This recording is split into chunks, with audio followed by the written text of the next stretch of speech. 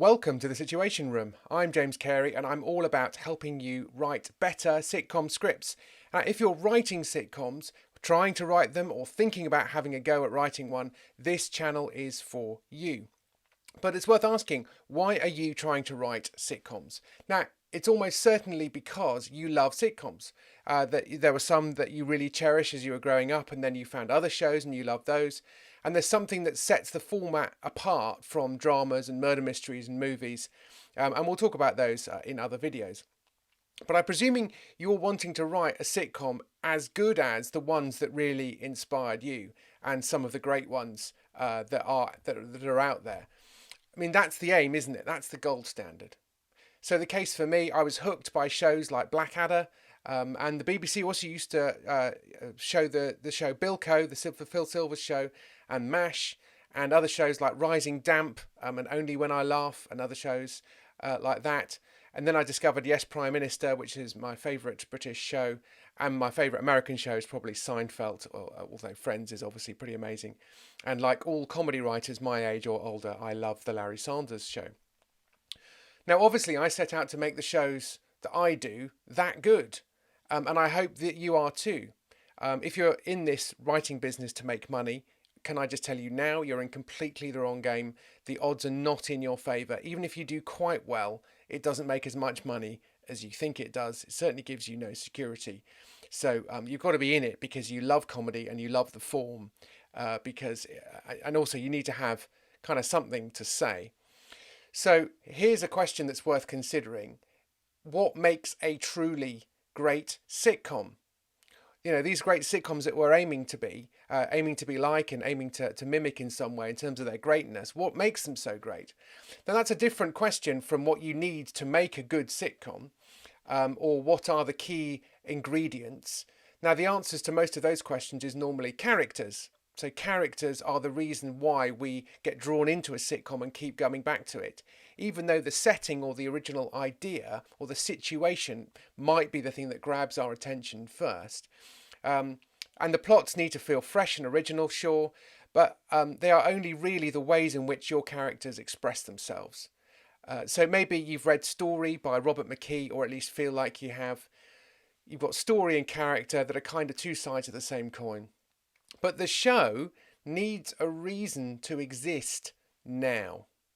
The show needs a reason to exist now. In fact, this moment is really encapsulated by an episode of my favourite American show, Seinfeld, where Jerry and George are pitching a sitcom to NBC, and the studio executive says, "Why am I watching this show?" And George says, "Because it's on TV." To which the exec says, "Not yet." Now, it's kind of a really annoying question, isn't it? Why am I watching this show? To be asked that because you want to answer because it's funny, because it's on, because I'm doing it. But actually, none of those reasons are good enough. It needs a reason to exist. Now, in the case of that show, that the reason that meeting was happening in Seinfeld was because Jerry was a rising comedy star. So that's why he was sort of given permission to pitch a show. And in real life, that would apply to, I don't know, Bill Burr, Melissa McCarthy in the UK, James Acaster, whoever. And from people like that, you get sitcoms that do fine. And you get sitcoms from comedians that you've seen on panel games. But if you're not a comedian who appears on panel games, and I'm guessing you're not, and if you're just a writer that's starting out, if you don't have a YouTube channel with 1 million subscribers, which still wouldn't be enough, by the way, if you don't have a Twitter handle with 1 million followers, and then remember there was that show that came about because of a Twitter thing about stuff his dad said, you need to write a pilot script for a sitcom that has to have a reason to exist. It's all about timing. It's all about timing. Now, we all know that the secret of comedy is timing, but it's not just the timing of the joke, but the timing of the show. Now, when does it come out? When does the show come out? Is it riding a wave, or is it predicting the future in a believable or satirical way? So shows like The Day Today, the BBC show, felt like the creators had seen the future, or at least where we were headed.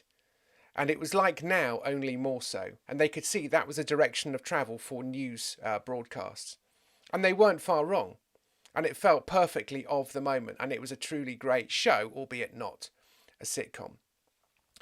The New Statesman's another example of a sitcom that was truly of the moment, satirically pushing Thatcherism to its ultimate conclusion via the grotesquely evil and wonderfully named Alan Bastard, played by a comedy actor who was also of the moment. The planets had really aligned. You know, they had experienced writers pitching a really timely idea with a great comedy actor, one of his great ultimate performances, about something that was so of the moment and so contentious in society. The planets aligned and you had a great show. But timing can be difficult and can go wrong. There's a show called Nathan Barley, which felt like it had really missed the boat. The man behind it and in front of the day to day, Chris Morris, absolute genius. He was consistently working with Charlie Brooker, another brilliant genius who does Black Mirror. They served up a sitcom that felt like the moment had actually already passed, which is a bit odd, really. It came out in 2005. And the world of sort of new media, which was full of lightweights and airheads, or at least was perceived to be so, had kind of receded because the dot-com bubble had already burst a few years earlier. And I was rather puzzled watching the show, just thinking this feels like it should have been prophetically launched in 1998, and that we could have seen this coming.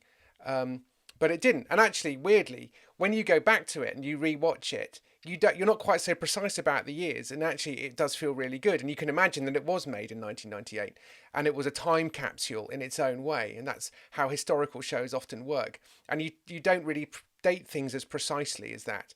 There's quite a lot of leeway there. I mean, the Goldbergs do this all the time with kind of putting stuff that happened in 1981 with stuff that happened in 1989, and sort of no one really seems to care because it's a while ago.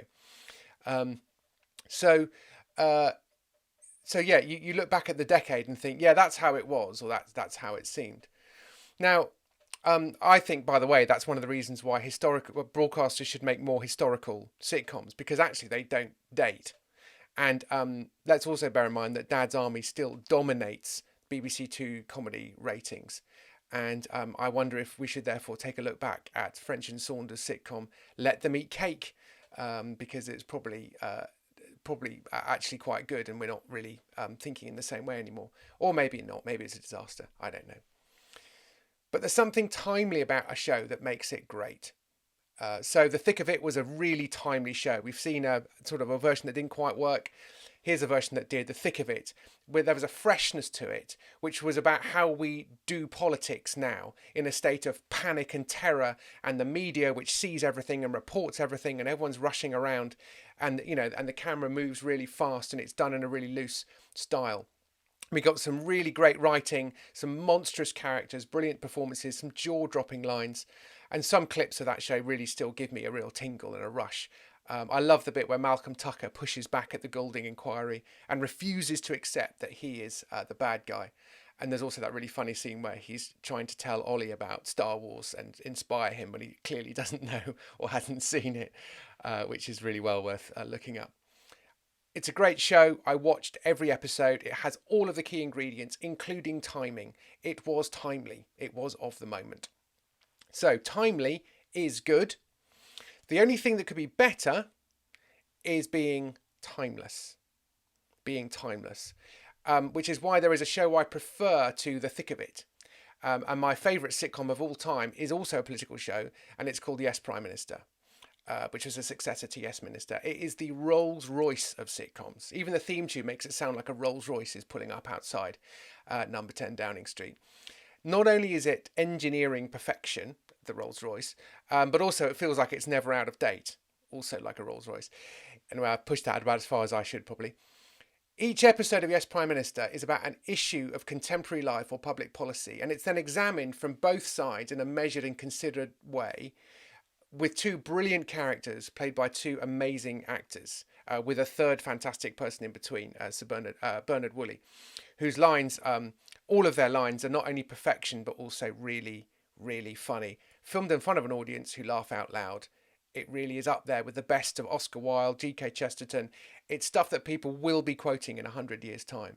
It's timeless and truly, truly great. You could go back and watch it now, and it's all of the same issues being played out again and again, and it doesn't feel dated in a way that The Thick of It maybe kind of does, because it feels a little bit more of that particular moment. So there's being timely, and there's being timeless. And of course, the only thing to be better than timely and timeless is to be both, being timely and timeless. And that's why the platinum sitcom of the UK remains, for me, Only Fools and Horses. It was, in its pomp, the ultimate sitcom reflecting its time and almost like our story as a nation. And you've got Del Boy's journey from scrapping borderline criminal market trader dealing in probably stolen goods, which he hadn't stolen, but maybe people had. The goods were hot or hookied, as they used to say. I used to love that word. And it's almost a story of Thatcherism as Del Boy is the working class guy made good, who becomes the wannabe yuppie, and is never quite accepted in that group. Really of its time. Even Rodney's journey, his brother, goes from a trading sidekick to computer programmer, and also kind of makes a better life for himself with Cassandra. And that says something about the times that we live in. But the whole show was about a family scrapping to survive, and what could be more universal and timeless than that?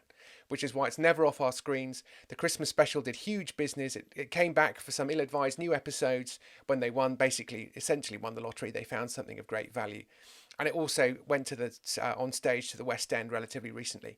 People can't get enough of it because it's truly great. It's timely and timeless. Who wrote it? John Sullivan, a working class son of a plumber in Balham who failed his 11 plus. He left school with no qualifications, but he did evening classes. He read teach yourself books and probably would have watched YouTube videos if they'd been available. And so if that's you, stick with this YouTube channel and check back for more information on a video course that I'm doing called Writing Your Sitcom, which I really want to be the sitcom that you can do that's of the moment. And so I'll tell you everything you need to know to do that and not tell you stuff you don't need to know to do that, because there's just so much information out there. So if you've got a script that needs some improvement, there's a lot to be said, though, for making it as good as it can be now, in which case get my handy guide called 7 Ways to Improve Your Sitcom right now. Click a link below for that. Have a look around at some other videos, and I'll see you next time.